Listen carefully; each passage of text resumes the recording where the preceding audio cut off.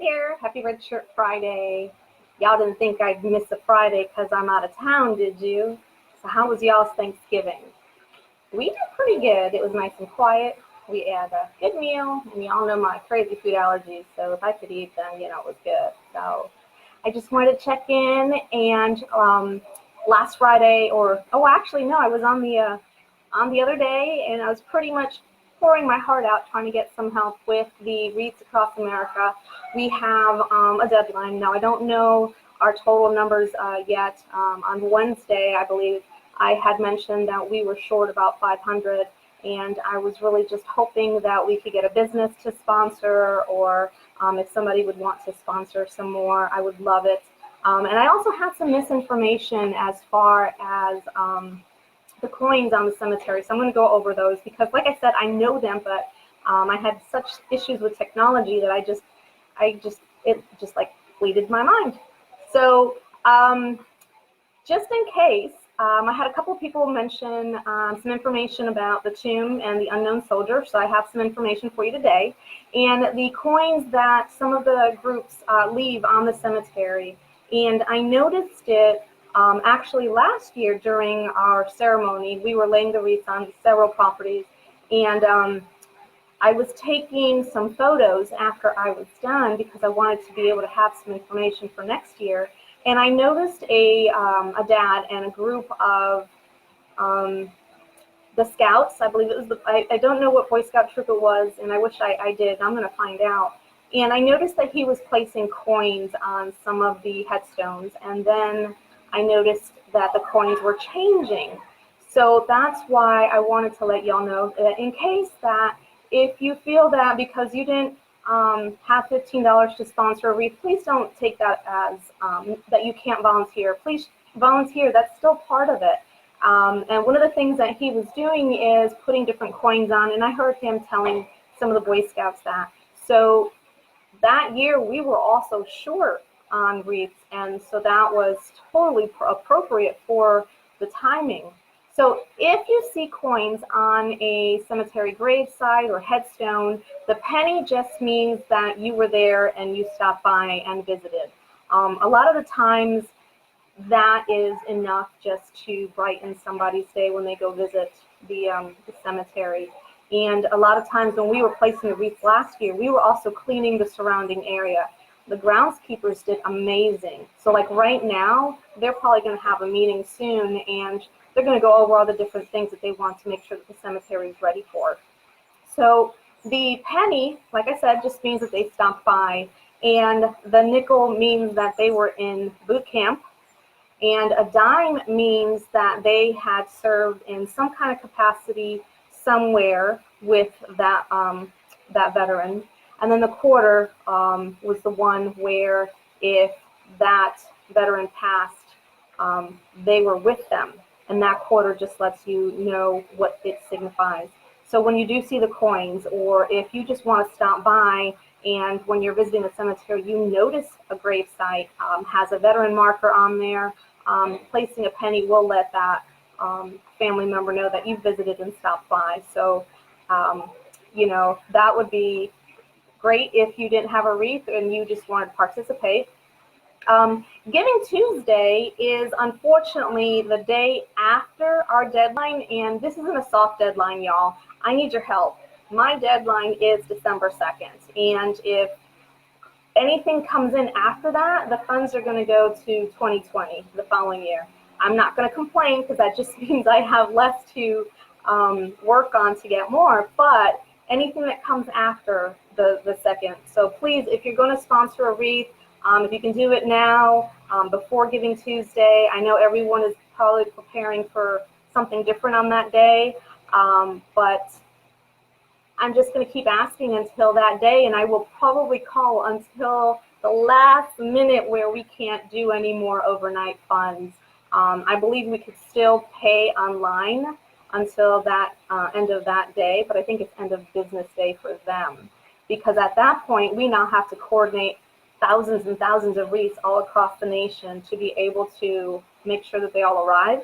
We have to have a count, because remember, while we're sponsoring these, somebody else is making them. These are handmade wreaths. So The other question we had was the unknown soldier and how many steps were done and all these kind of questions. So I'm going to use my cheat sheet because it was a lot of information and I don't want to mess it up. So one of the things that was mentioned was how many steps did the guard take during his walk across the tomb of the unknown, and then why?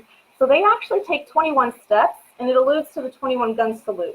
And that's the highest honor given to any military or foreign dignitary. So now there's a lot of different answers for how long they hesitate before they do like an about face. And actually, the sentinels, they don't do an about face. After haltering at either end of the mat, the sentinel faces toward the tomb and he pauses for 21 seconds. And I say he, there actually was 3 females that have been part of the sentinels.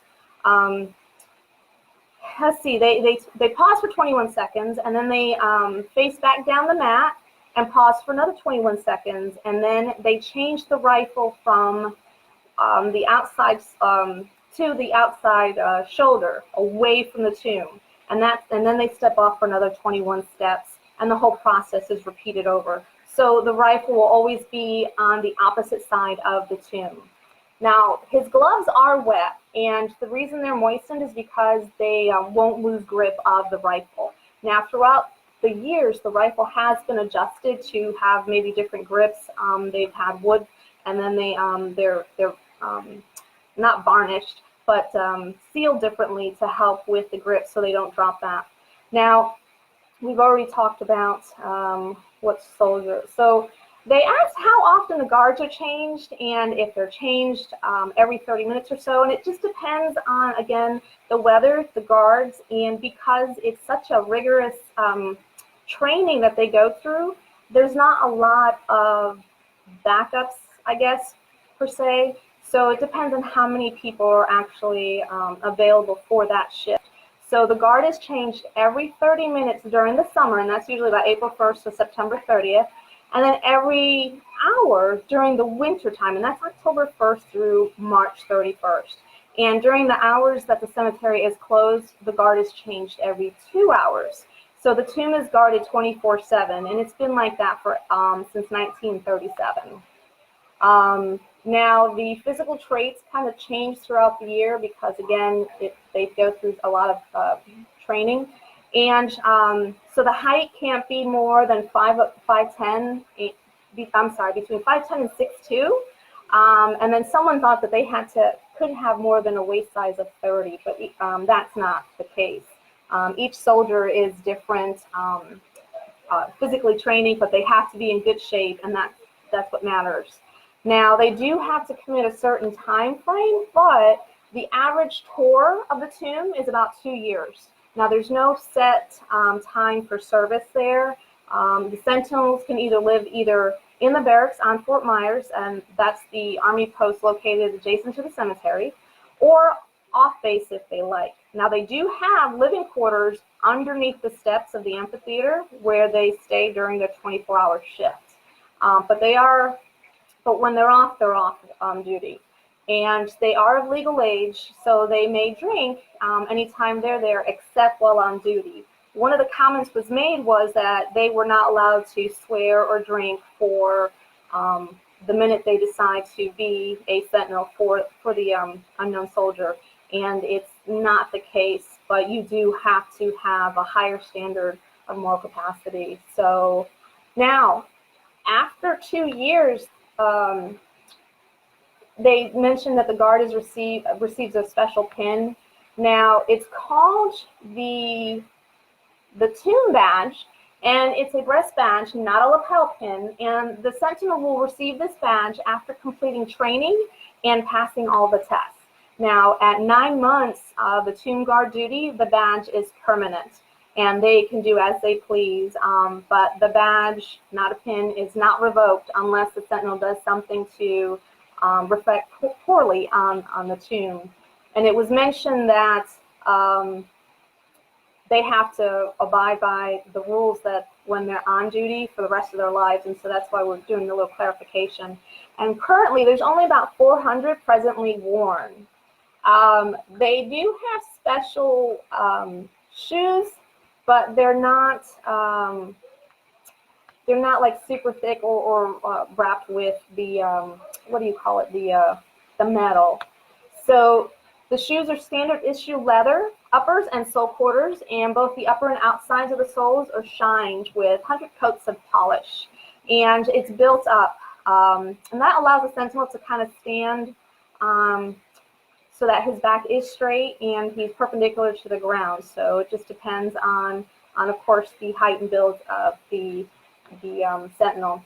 And it also has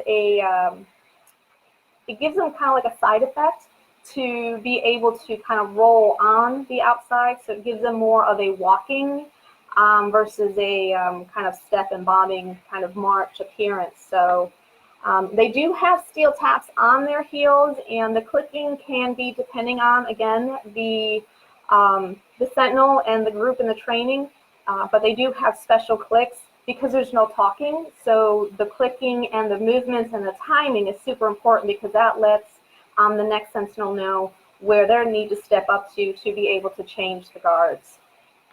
Now, in the first 6 months of duty, a guard, while he's in training, there's no TV, and he's studying like crazy, but he is allowed to talk, except when on duty. And the rotation used to be like maybe an 8-hour shift, then it turned into a 24-hour shift. So again, it just depends on how many sentinels are available. And I keep saying sentinels, those are, that's the name, the title, I guess, for the tomb guards. And Kelly says it's kind of like a Morse code. Yes, it is very cool. So their rotation is kind of like 24 hours on, 20 off, 24 off, 24 on, 24 off, and then 96, 24 on, and then 96 off. So it also varies depending on how many sentinels are left, as far as who's in training and who's already past training and who's already on duty. And again, sometimes it's kind of like a firefighter's family shift where they're 24 on, 24 off instead. They cannot swear in public or in uniform, but they do on their personal time away from the area. It's on them. And so they do have 3 to 4 qualified sentinels at a time, 1 to 2 commanders and assist relief commanders, and then 1 to 2 sentinels that are in training. So generally they're on duty for about a tour to 2 hours, and then they're off within 24 hours. Now there is a green shack behind the tomb, and that's usually just where they will go during an actual it's when they're retreating for when they're placing flowers, or if there's taps being presented, or if there is a funeral currently on hand. And so the reason for the tomb, and this will probably be my last item, is in the early 20s, they didn't have guards, and the tomb didn't look pretty much different, totally different from what it does look today. And a lot of times people would come to the cemeteries and they would have picnics, and because of probably the view, they were using that as their kind of like picnic table.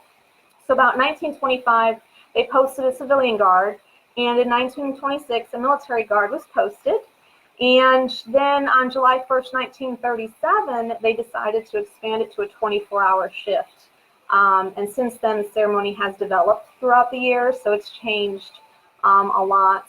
And the sentinels still have to face challenges between the weather and tourists. They haven't decided which one is more uncontrollable. And it used to be just a regular headstone, and so it was decorated, and it's, I can't remember how many tons it was. Oh, how many? You can tell, I need my notes.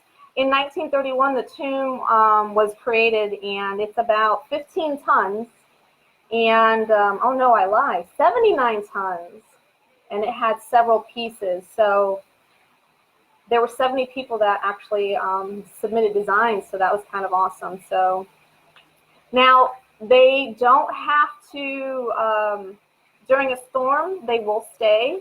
If it's unsafe, they will probably just kind of retreat maybe into the barracks, but it'll always be watched. And the first foremost will be the soldier, and then the next will be, well, the sentinel, and then next would be the unknown soldier. Even though a few years later they did do DNA testing to find out who it was, and it is vacant now, it is still going to be watched. And that's just one of those proud moments that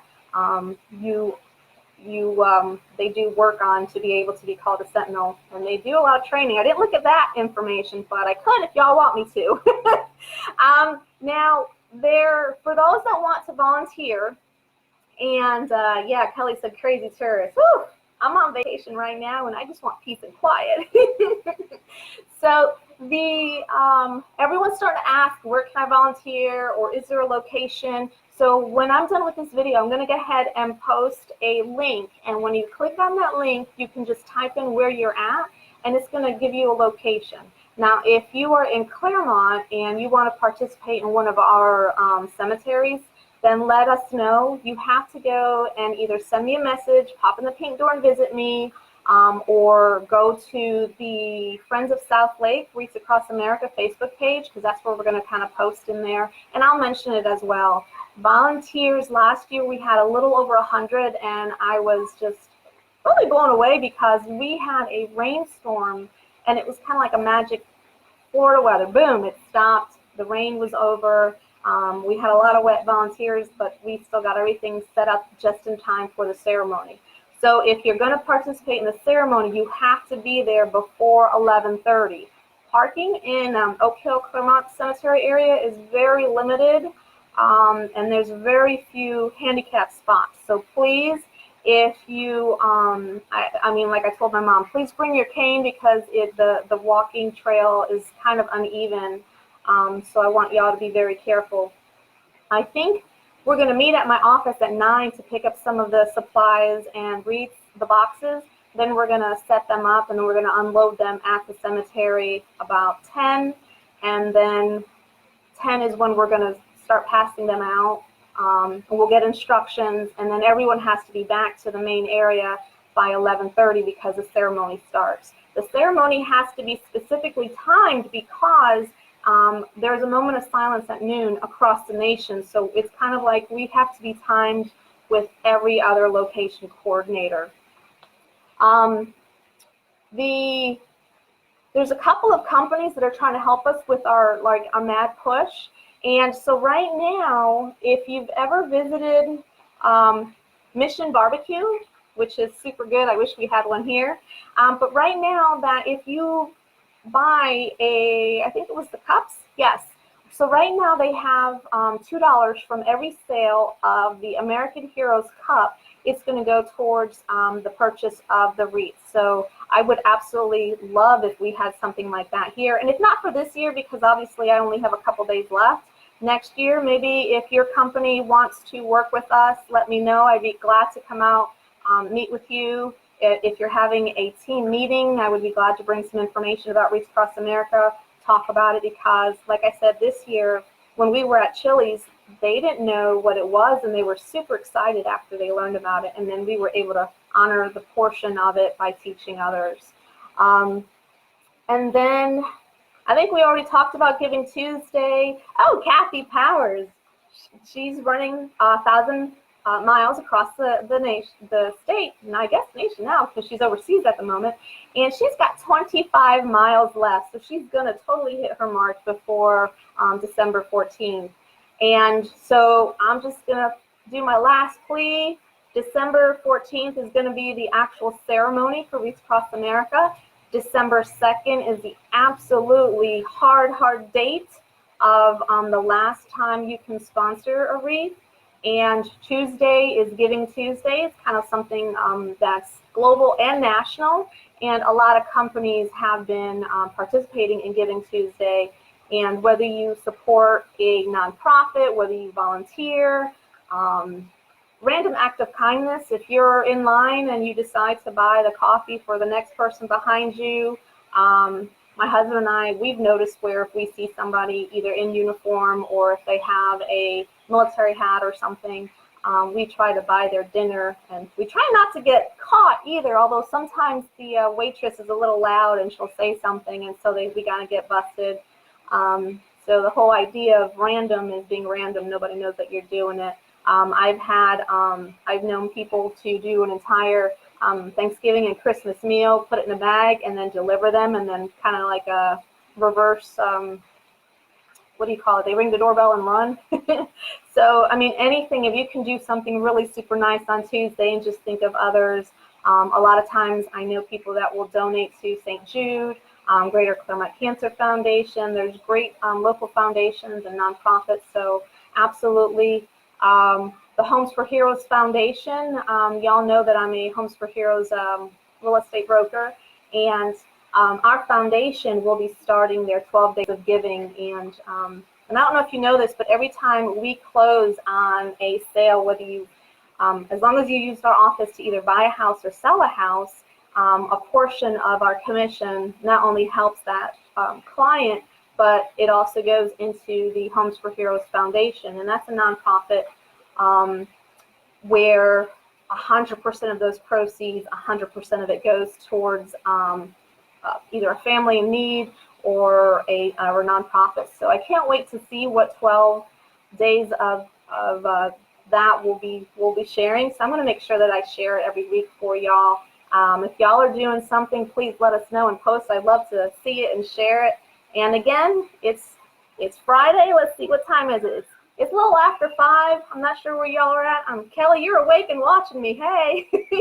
So enjoy y'all's weekend. It's beautiful weather out there. I'm going to hopefully be able to enjoy some dinner and some lights tonight. And I look forward to seeing y'all next Friday. I can't wait to see what numbers we have for our red shirt total.